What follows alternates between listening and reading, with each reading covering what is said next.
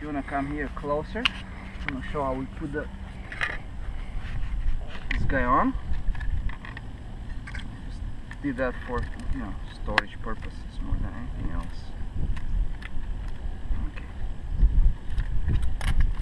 Alright. So I'm gonna take this Scotch tape off. This is the old Scotch tape that held it in place. I just save it for this.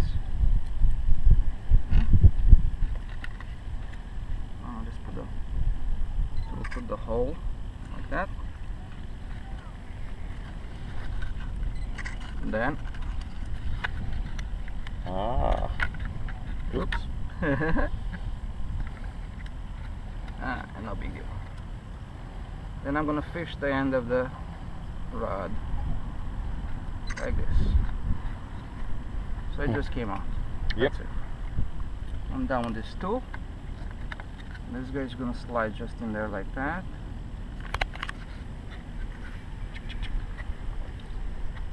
And that's it. So it's just it's not so much it's just a hook on the end of that, huh? Yep. Oh, I see what you did. Yeah, you just cut through the hole. Yep. Just a hook. And I changed the tape. I was using the other tape. I'm using this is a cheaper brand tape, but it's a more rigid. It's not as squishy and just flexible, something that stretches out.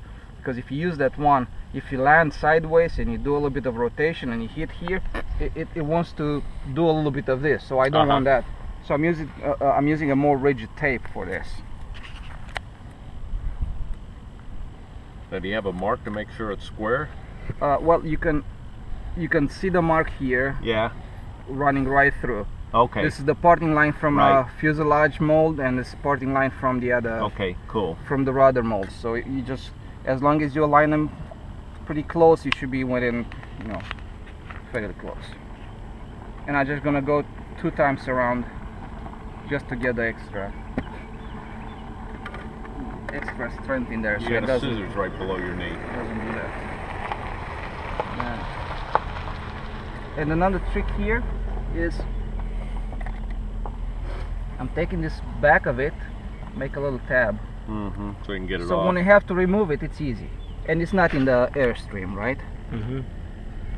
Alright.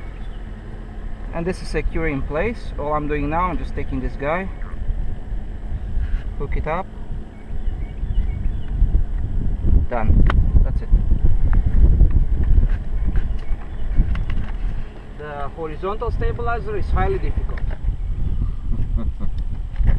If you cannot do this, maybe you shouldn't fly.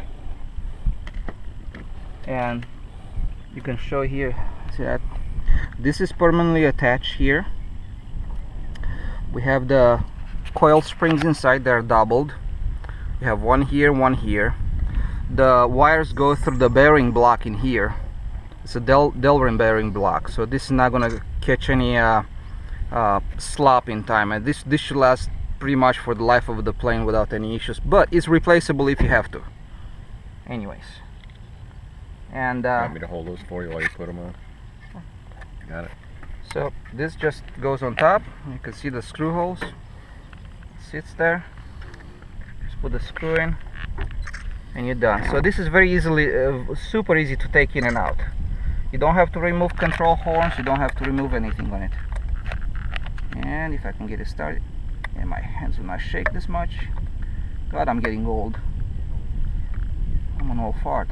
What did I say that on tape? That's doing audio too, isn't it? That's where editing comes in. Okay. 2 screws. That's done.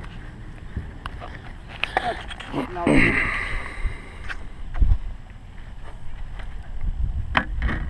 first,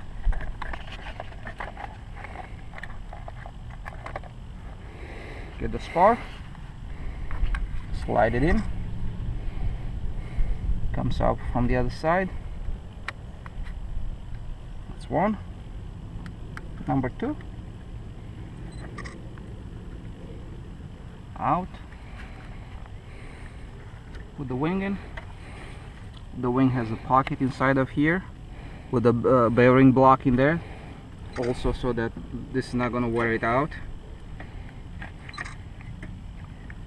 And this can go back and forth a little bit to get to the hole, so that's no big deal.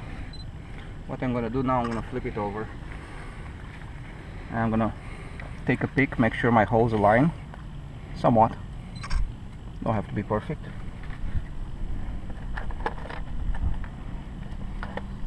Get the first 2 screws in.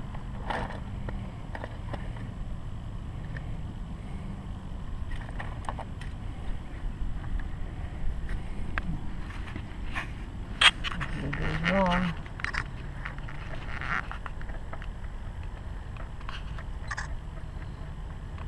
And I'm not gonna get it real tight, just a little bit. Okay, let's put the other wing in there. Number 2 wing goes in. And this can move a little bit backwards and forward. So the idea is so it doesn't slip up and down, but back and forth really doesn't matter here. There you go. You can see it going in there. See the hole appearing there. 2 more screws. We're just about done.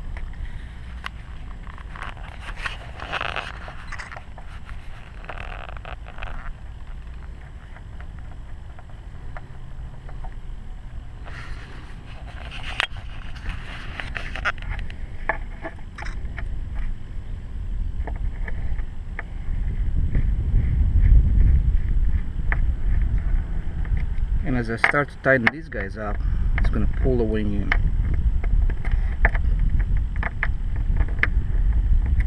Okay.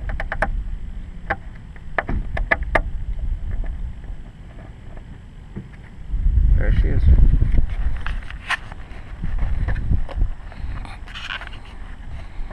Smile, Daddy. You're great. Look intelligent.